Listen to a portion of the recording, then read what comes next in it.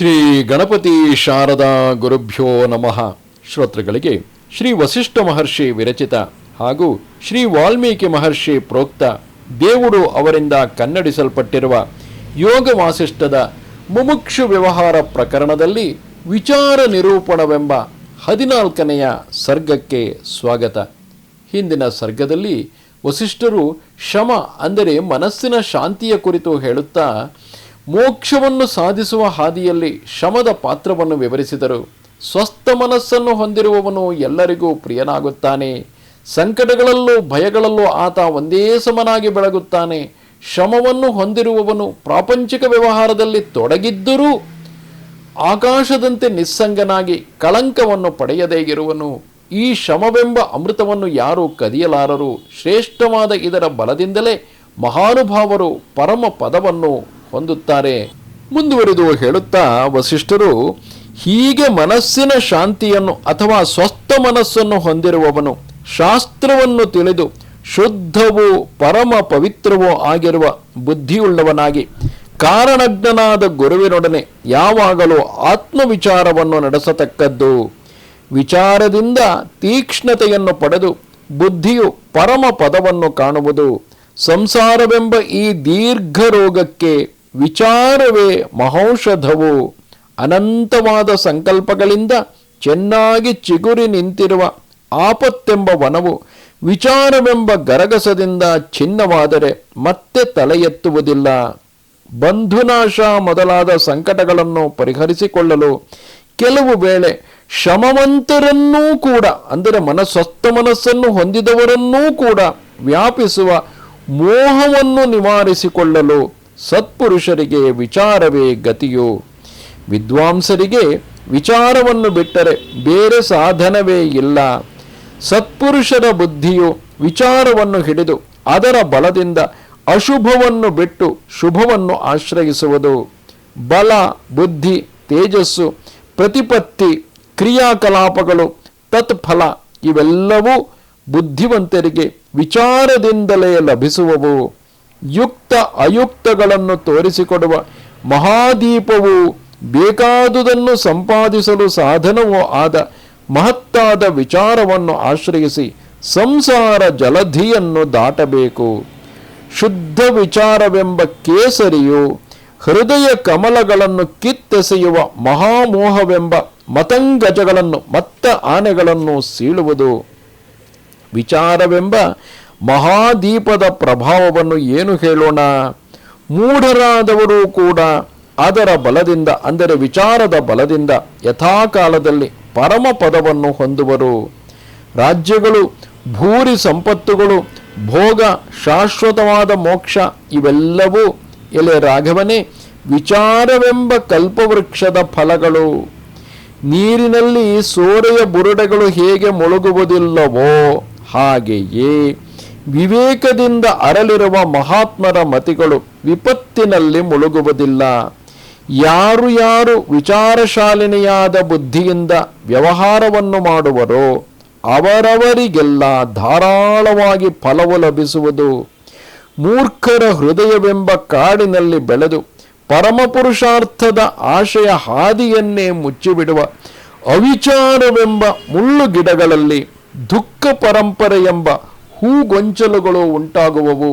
ಕಾಡಿಗೆಯ ಹುಡಿಯಂತೆ ಕಪ್ಪಾಗಿ ಮದ್ಯದಂತೆ ಬುದ್ಧಿಯನ್ನು ಕೆಡಿಸುವುದಾಗಿ ಇರುವ ಅವಿಚಾರವೆಂಬ ನಿನ್ನ ನಿದ್ರೆಯು ಎಲೆ ರಾಘವನೇ ಕ್ಷಯವಾಗಲಿ.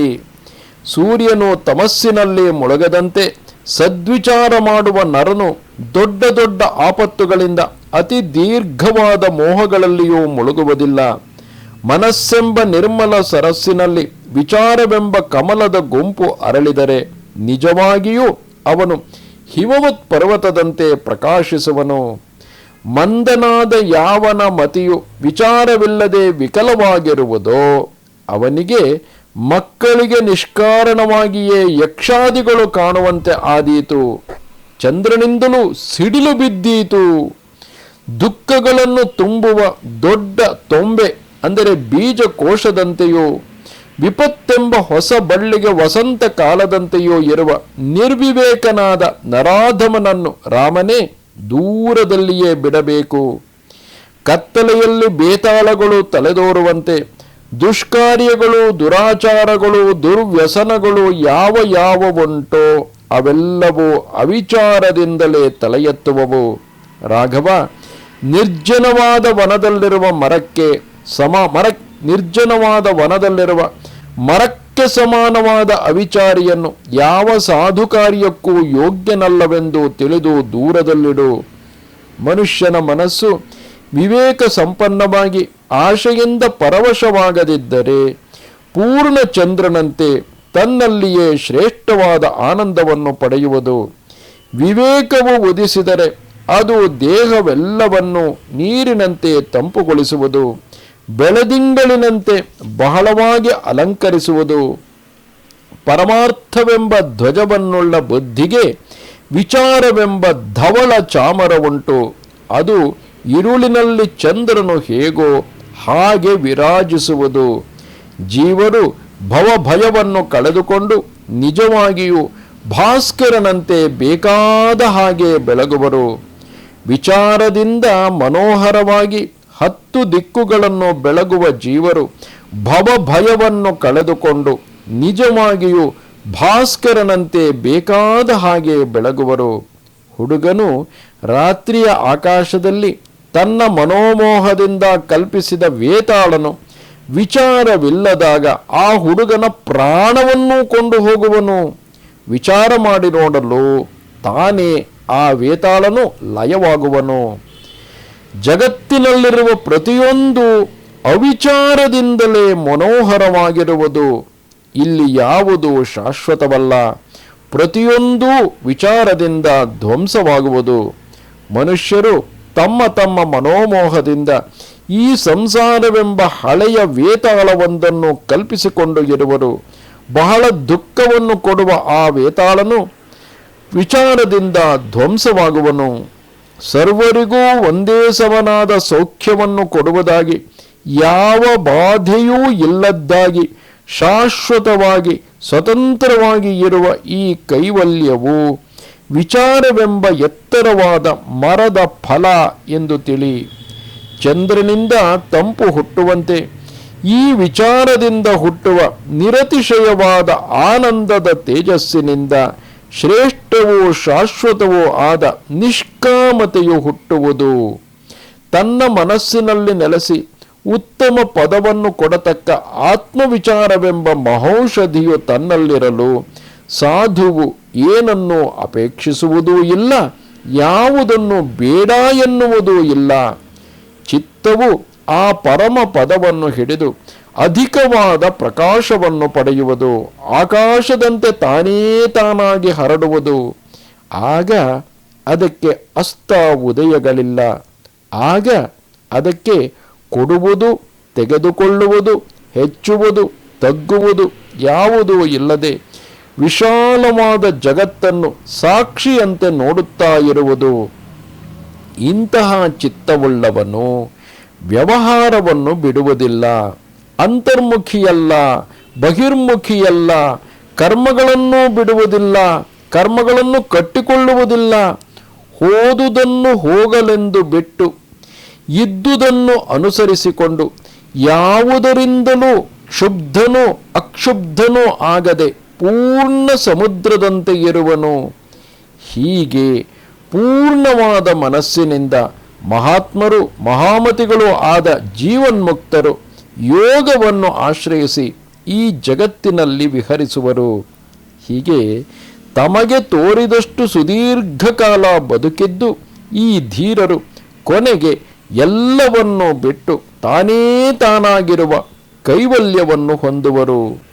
ಬುದ್ಧಿವಂತನು ಎಂತಹ ಆಪತ್ತು ಬಂದರೂ ನಾನು ಯಾರು, ಯಾರಿಗೆ ಈ ಸಂಸಾರ, ಇದಕ್ಕೆ ಪ್ರತೀಕಾರವೇನೋ ಎಂದು ಮೊದಲಾಗಿ ಮರೆಯದೆ ಚಿಂತಿಸುತ್ತಿರಬೇಕು.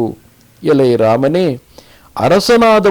ಅರಸಾದವನು ಯಾವುದಾದರೊಂದು ಕಾರ್ಯದಲ್ಲಿ ಮಾಡುವುದೇ ಬಿಡುವುದೇ ಎಂಬ ಸಂದೇಹವು ಬಂದಾಗ ಆ ಕಾರ್ಯದ ಫಲಾಫಲಗಳನ್ನು ವಿಚಾರದಿಂದಲೇ ತಿಳಿಯುವನು.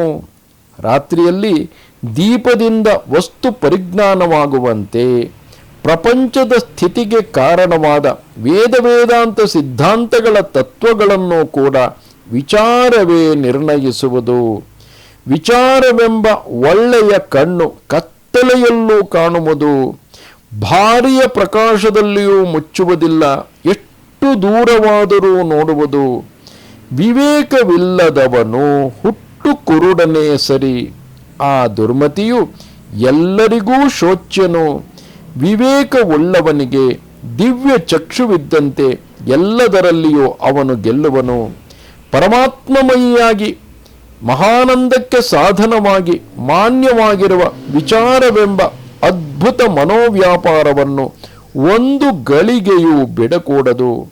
ವಿಚಾರವೆಂಬ ಸೌಭಾಗ್ಯವುಳ್ಳ ಪುರುಷನು ಚೆನ್ನಾಗಿ ಕಲಿತು ಸ್ವಾರಸ್ಯವಾಗಿರುವ ಮಾವಿನ ಹಣ್ಣಿನಂತೆ ಇದ್ದು ಮಹಾತ್ಮರಿಗೂ ಪ್ರಿಯನಾಗುವನು. ವಿಚಾರದಿಂದ ಮನೋಹರವಾದ ಬುದ್ಧಿಯುಳ್ಳವರು ಜ್ಞಾನ ಮಾರ್ಗವನ್ನು ಹಿಡಿಯುವರು. ಅಂತಹವರು ಮತ್ತೆ ಮತ್ತೆ ನಾನಾ ದುಃಖಗಳೆಂಬ ಹಳ್ಳಗಳಲ್ಲಿ ಬಿದ್ದು ಒದ್ದಾಡುವುದಿಲ್ಲ. ವಿಚಾರವಿಲ್ಲದೆ ಆತ್ಮನಾಶ ಮಾಡಿಕೊಂಡ ಅಜ್ಞನು ನಾನಾ ವಿಧವಾಗಿ ರೋಧಿಸುವನು. ಯಾವ ರೋಗಿಯೂ ನೂರಾರು ವಿಪತ್ತಿಗೆ ಸಿಕ್ಕಿ ಬಳಲಿದವನೂ ಕೂಡ ಅವನಂತೆ ರೋಧಿಸುವುದಿಲ್ಲ. ಕೆಸರಿನಲ್ಲಿ ಕಪ್ಪೆಯಾದರೂ ಸರಿ, ಮಳದಲ್ಲಿ ಕೀಟವಾದರೂ ಸರಿ, ಕುರುಡು ಗವಿಯಲ್ಲಿ ಬಿದ್ದಿದ್ದರೂ ಸರಿ, ಅವಿಚಾರತೆಯು ಮಾತ್ರ ಬರಬಾರದು. ಈ ಅವಿಚಾರವೆಂಬುದು ಸರ್ವ ವಿಪತ್ತುಗಳಿಗೂ ತವರು ಮನೆಯು, ಸಾಧುಗಳೆಲ್ಲರಿಂದಲೂ ತಿರಸ್ಕೃತವಾದುದು, ಎಲ್ಲ ದುರವಸ್ಥೆಗಳಿಗೂ ಸೀಮಾಭೂಮಿಯು ಎಲ್ಲೆಕಟ್ಟು. ಇದನ್ನು ಬಿಡಲೇಬೇಕು. ಮಹಾತ್ಮನಾಗಬೇಕೆನ್ನುವವನು ಯಾವಾಗಲೂ ವಿಚಾರ ಮಾಡುತ್ತಾ ಇರಬೇಕು. ವಿಷಯ ಭೋಗಗಳೆಂಬ ಹಾಳು ಬಾವಿಗಳಲ್ಲಿ ಬೀಳುವುದನ್ನು ತಪ್ಪಿಸಿಕೊಳ್ಳಲು ವಿಚಾರ ಒಂದೇ ಆಲಂಬನವು. ವಿಚಾರ ಮಾಡಿ ನೋಡಿ ತನ್ನನ್ನು ತಾನೇ ಹಿಡಿದು ನಿಲ್ಲಿಸಿಕೊಂಡು ಸಂಸಾರ ಮೋಹವೆಂಬ ಸಾಗರದಲ್ಲಿ ಬಿದ್ದಿರುವ ತನ್ನ ಮನಸ್ಸೆಂಬ ಮೃಗವನ್ನು ತಾನೇ ದಾಟಿಸಿಕೊಳ್ಳಬೇಕು. ನಾನು ಯಾರು, ಸಂಸಾರವೆಂಬ ಈ ವ್ಯಾಧಿಯು ನನಗೆ ಹೇಗೆ ಬಂತು ಎಂಬುದನ್ನು ಶಾಸ್ತ್ರಸಮ್ಮತವಾದ ಯುಕ್ತಿಯಿಂದ ಪರಾಂಬರಿಸುವುದೇ ವಿಚಾರವೆನ್ನಿಸಿಕೊಳ್ಳುವುದು.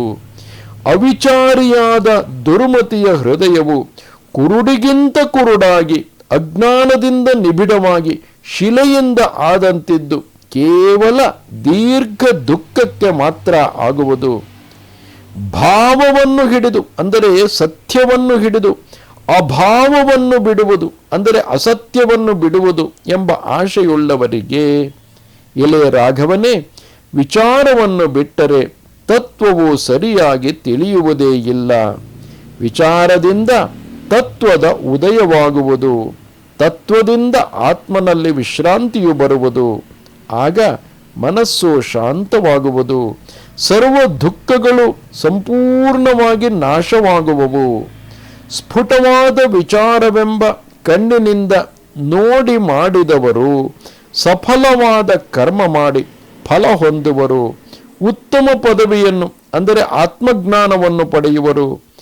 ಅದರಿಂದ ಶ್ರಮವಂತನಾದ ಅಂದರೆ ಈಗಾಗಲೇ ಸ್ವಸ್ಥ ಮನಸ್ಕನಾಗಿರುವ ನಿನಗೆ ಈ ವಿಚಾರದಲ್ಲೂ ಅಭಿರುಚಿಯು ಬರಲಿ.